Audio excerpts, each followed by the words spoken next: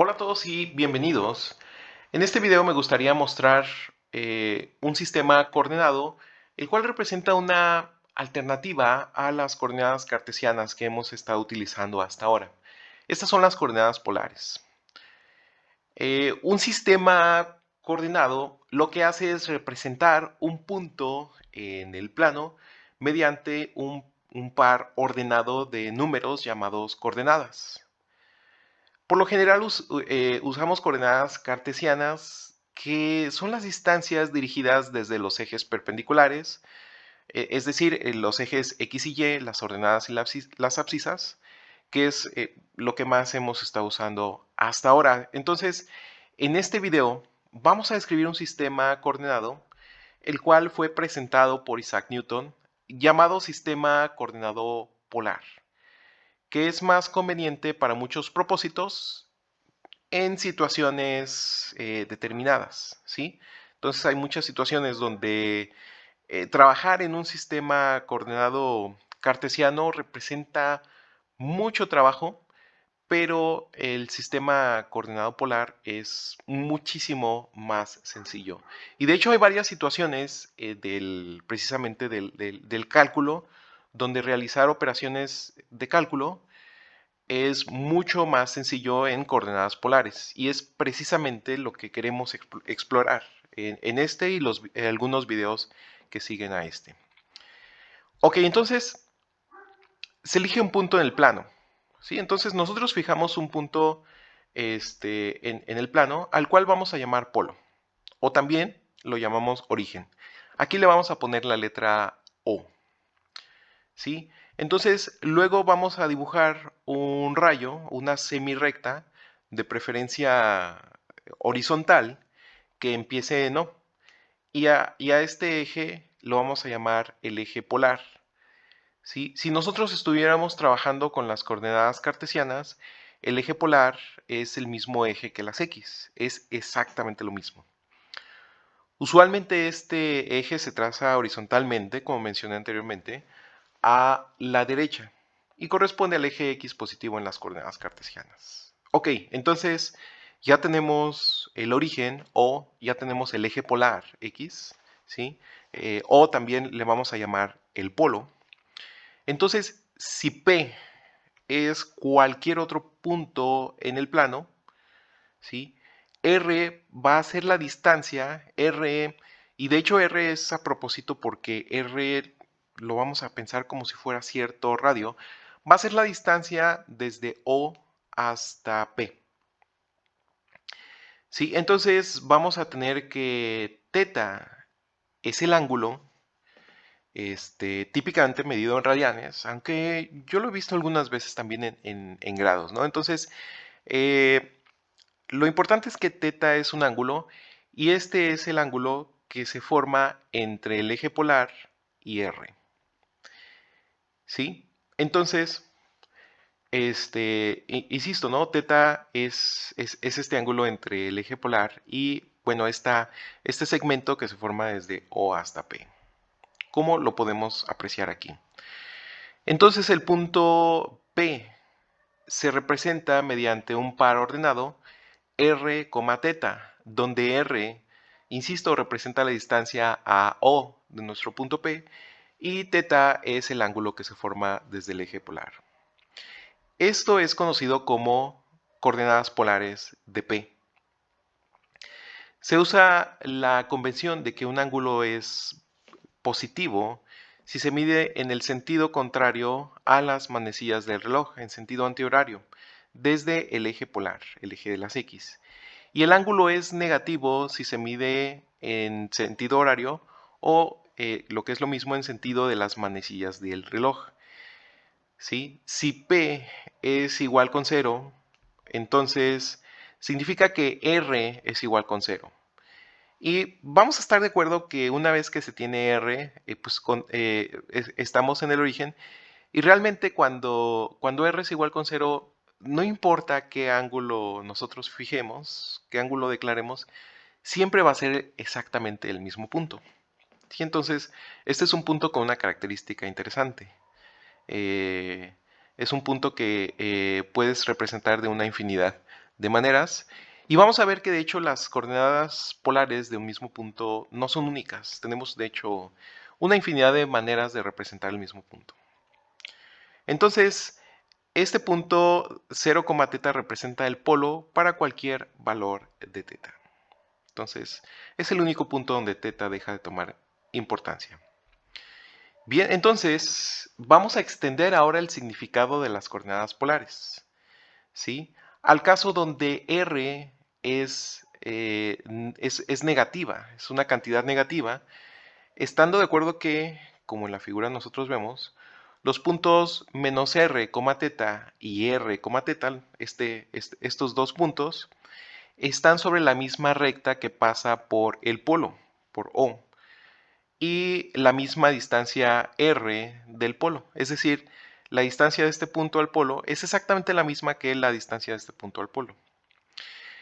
Pero van a estar de lados exactamente opuestos de O, del polo.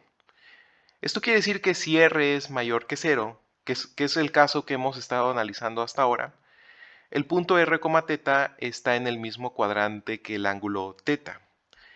Pero en esta extensión, si R es menor que 0, pues el punto está en el cuadrante sobre el lado opuesto del polo.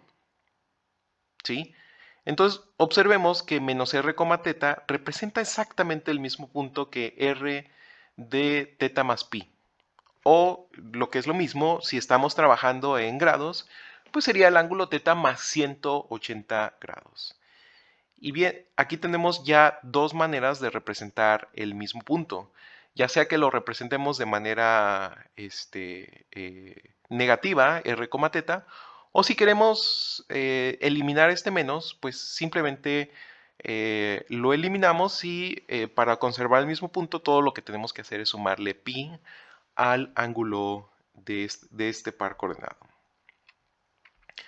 Muy bien, entonces veamos el siguiente ejemplo.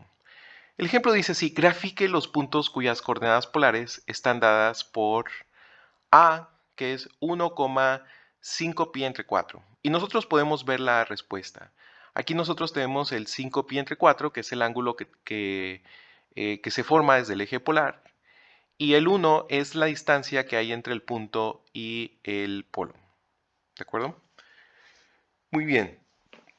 Ahora tenemos el punto B, que es 2,3 pi. Este punto, de hecho, tiene algo muy interesante y es que el ángulo va más allá de 2pi. ¿Sí? 2pi, recordemos que son los 360 grados o una vuelta completa. Es por eso que nosotros damos una vuelta completa y llegamos al ángulo deseado. Esto quiere decir que esta representación realmente no es única. Nosotros tendríamos exactamente el mismo punto si no diéramos la vuelta completa al eje polar. Es decir, obtendríamos el mismo punto con las coordenadas 2, pi.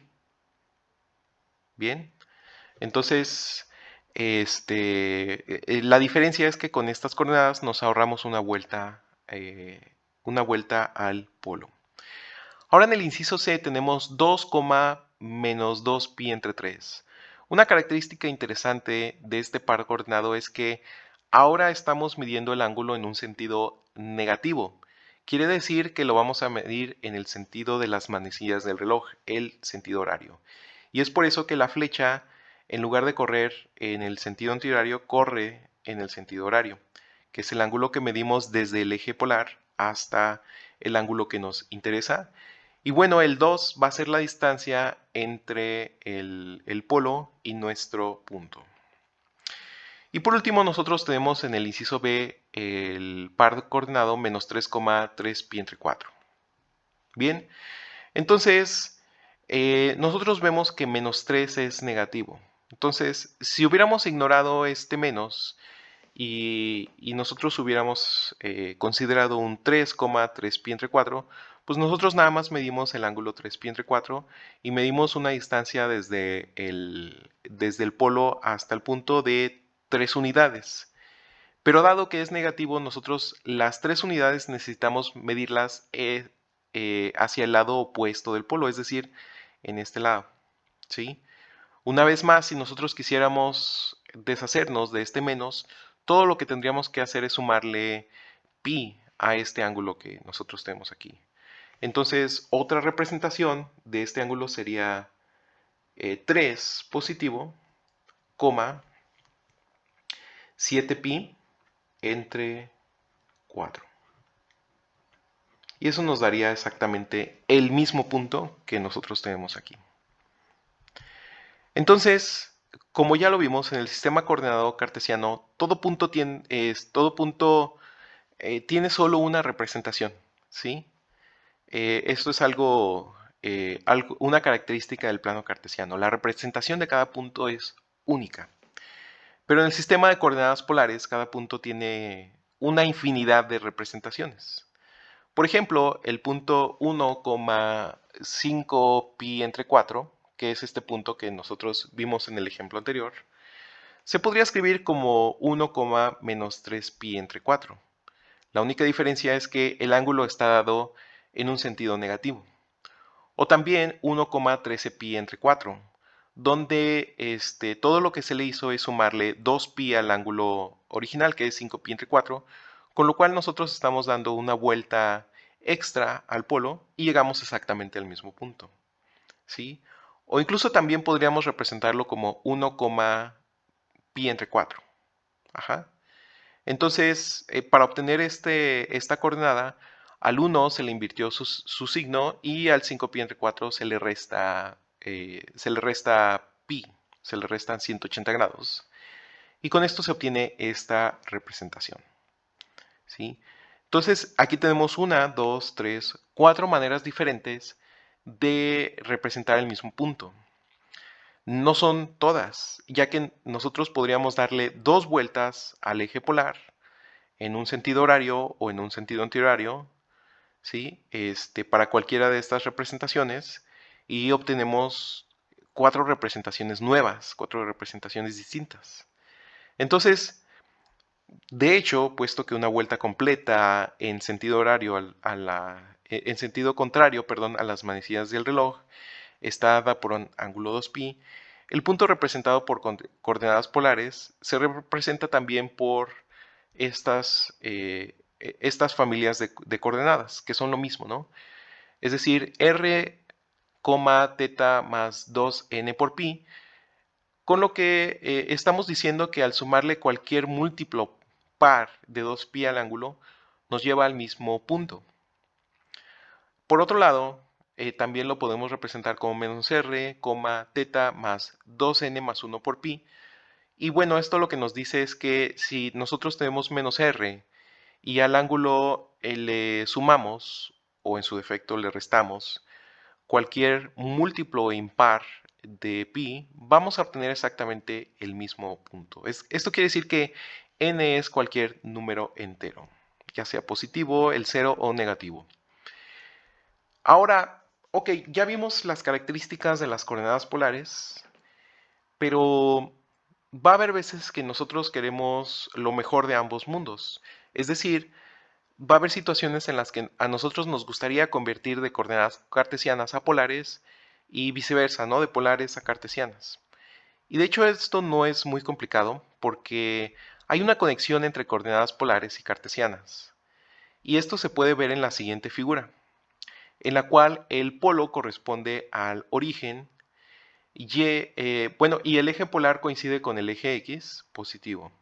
Si el punto P tiene coordenadas cartesianas, digamos X y Y, las coordenadas polares en r, teta, las coordenadas polares están dadas en r, teta. Noten ustedes lo siguiente, a ver, aquí nosotros tenemos un triángulo rectángulo, tenemos un ángulo.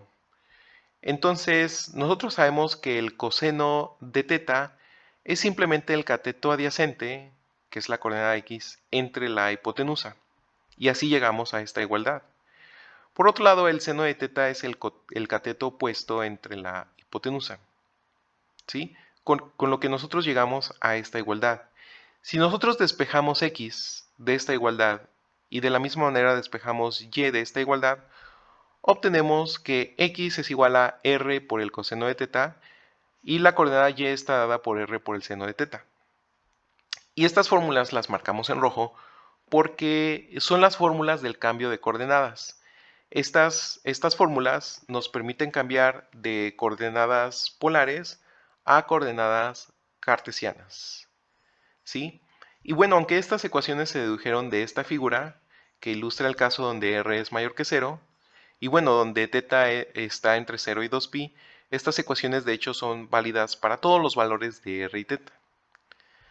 Entonces, las ecuaciones que nosotros mostramos ahorita permiten hallar las coordenadas cartesianas de un punto cuando nosotros ya conocemos las coordenadas polares, ya conocemos r y ya conocemos teta.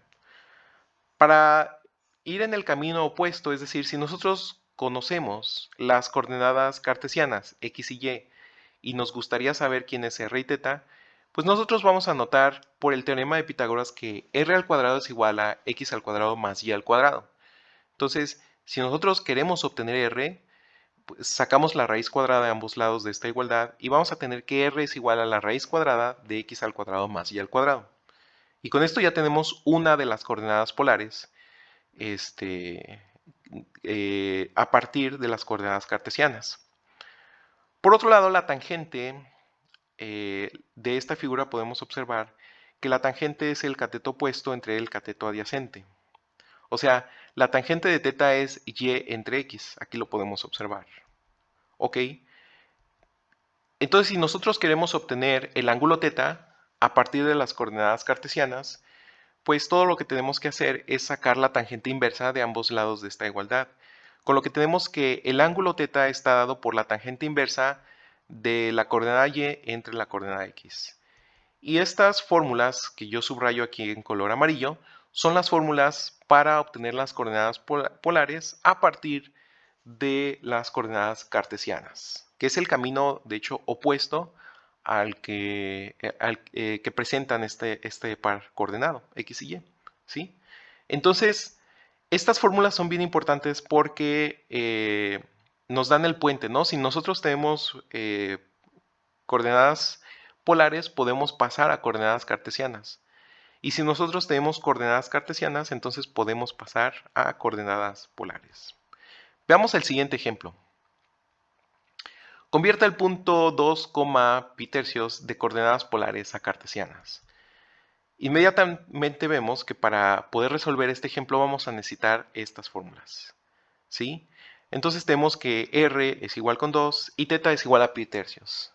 Entonces las ecuaciones de cambio de coordenadas que nosotros tenemos aquí nos van a dar que x es igual a r por coseno de teta, lo cual es igual a 2 por coseno de pi tercios, lo cual es igual a 2 por 1 medio, y esto es igual con 1. Esto quiere decir que la coordenada x es 1, y la coordenada y es r por el seno de teta. Esto es 2 por el seno de pi tercios, lo cual es igual a 2 por la raíz cuadrada de 3 entre 2, lo cual es igual con la raíz cuadrada de 3. Entonces, la representación cartesiana de estas coordenadas polares es 1, raíz cuadrada de 3.